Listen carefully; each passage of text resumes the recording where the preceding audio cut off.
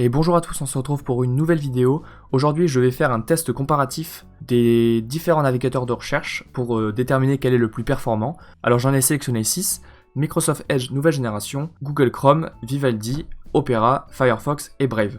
Donc j'ai fait 3 protocoles qui vont tourner en fond là en accéléré pendant que je parle. Le premier ça va être uniquement, j'ai lancé 3 liens, une vidéo YouTube, Twitter il me semble et une page web. C'est une utilisation qu'on peut avoir quotidiennement. J'ai lancé ça, j'ai testé ça sur les 6 navigateurs. Ensuite j'en ai fait une autre où il y a pour tester comment il marche en arrière-plan, en jouant à Rocket League en devant et derrière en lançant Spotify et Twitter. Et encore une fois observer qu'est-ce qui se passe. Et le dernier test c'est voir comment il réagit aux nombreux onglets. Donc j'ai fait une recherche Wikipédia avec 10 liens. Malgré les résultats que je vais avoir, dans tous les cas je pense que je vais garder Microsoft Edge nouvelle génération pour une raison particulière, majoritaire, c'est que je le trouve très bien, cette version est très performante je trouve. Elle se base sur le noyau Chromium, donc elle est quasiment identique à Chrome. On a accès à la bibliothèque d'extensions de Microsoft et de Google, donc de ce côté là on est bien servi. Ils ont l'air de faire vachement attention à la vie privée et il est du coup pré-intégré à Windows 10, où il sera. Là pour l'instant on a l'ancienne version de Edge, mais dans les futurs, ou peut-être actuellement, alors en fonction de quand vous regardez la vidéo,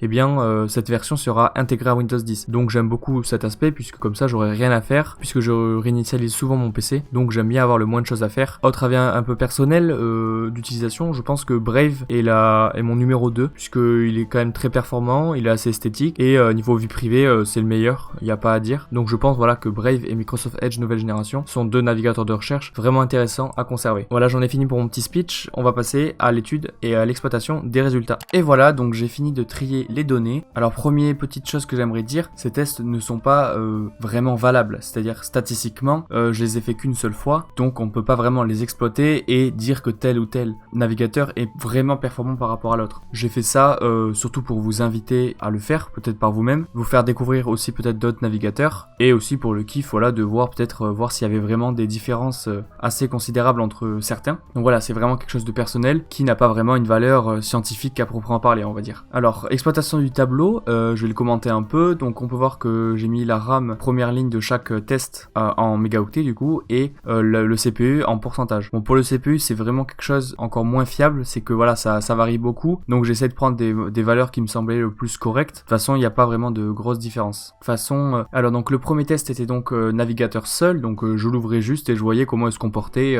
sans aucun onglet d'ouvert. Ensuite le test 1 c'était uniquement avec 3 liens, une vidéo YouTube et 2 autres liens. Le test 2 c'est avec un jeu en arrière-plan, enfin en avant-plan, et voir comment le navigateur se comportait en arrière-plan avec 2 liens d'ouvert. Et le test 3 c'était voir comment il gérait les différents onglets, donc j'ai ouvert simplement 10 liens. Alors sans grande surprise, Chrome arrive quasiment tout le temps devant. Bon, c'est pas vraiment étonnant puisque c'est quand même ça vient de Google, donc c'est forcément très bien optimisé, ils ont eu le temps, les moyens, la capacité de le faire, parce que du coup avec le nombre d'utilisateurs qu'ils ont et les moyens qu'ils ont, bah, c'est extrêmement facile pour eux de faire ça. Ensuite on va avoir des très bons résultats du côté de Edge, et voilà, après les résultats tournent globalement sont quand même assez proches. Donc voilà, sur leur site ils disent chacun que c'est le plus rapide, mais voilà, c'est quasiment la même chose pour chaque. Il n'y a pas de navigateur miracle qui va vraiment être parfait, quelle que soit l'utilisation. C'est des données en fonction de votre ordinateur, de ce que vous faites, etc. etc. Voilà, et Edge, il s'en sort très bien, je suis très content, voilà. Comme je pensais, c'est un navigateur assez performant, qui va encore s'améliorer et encore être optimisé pour Windows 10, puisqu'il va être intégré avec. Il a toutes les caractéristiques de Chrome en termes de design et de boutique d'extension, donc c'est possible qu'il devienne